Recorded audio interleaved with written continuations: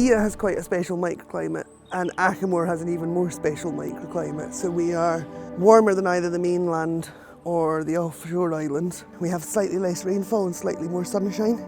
And the walled gardens in particular are really, really warm. So there's stuff growing in the walled gardens that should not be growing outdoors in Scotland and has been here for decades. I'm Bryony.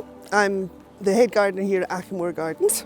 And Achamore is on the wee island of Gigha, just off the west coast of Scotland.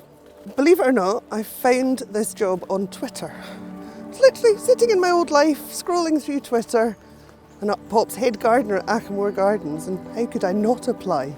It's Achamore Gardens. And was lucky enough to arrive here the week before lockdown in 2020. So for the first 3 months I had the entire garden to myself. It was a great way to learn it. This is Achamore House. When the community buyout happened on the island, one of the things they had to do was sell the house off into private ownership. So the house is now privately owned and the gardens are open to the public. Come on then. Where are we going to go? We're going to go down Servants' Walk. Come on, let's go down Servants' Walk.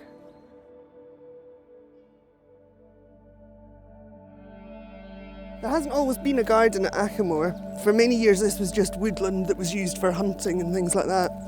And it was really only when Colonel, later Sir James Horlick, discovered the house, and he was a massive rhododendron fan, so bought the entire island to create a rhododendron garden here.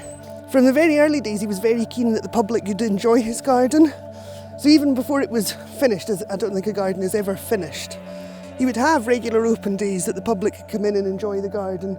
The islanders were always welcome in to use the space. So yeah, that's how Achamore came to be. A madman who'd made his money on the hot drinks market, and a man who was passionate about rhododendrons and plants.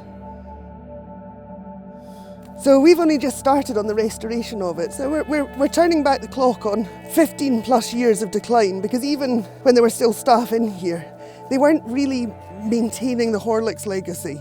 We have to do it bit by bit, and we have to also wait and see what pops up.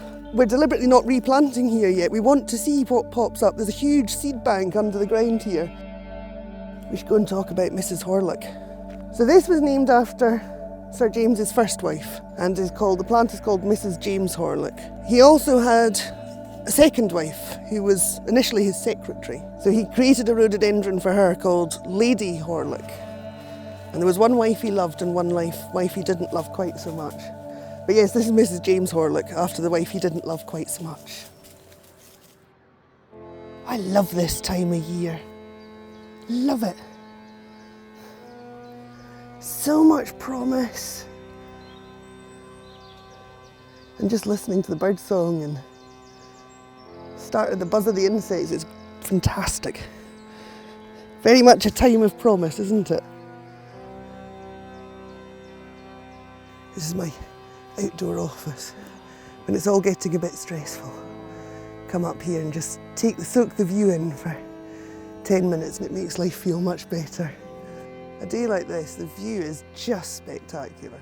That's just part of gardening somewhere like this. You know, there's no perfect garden, but I think Achamore is about as perfect as they come. I'm never leaving, that's for sure. I suppose we better not stay up here all day, had we? You'll sleep well tonight.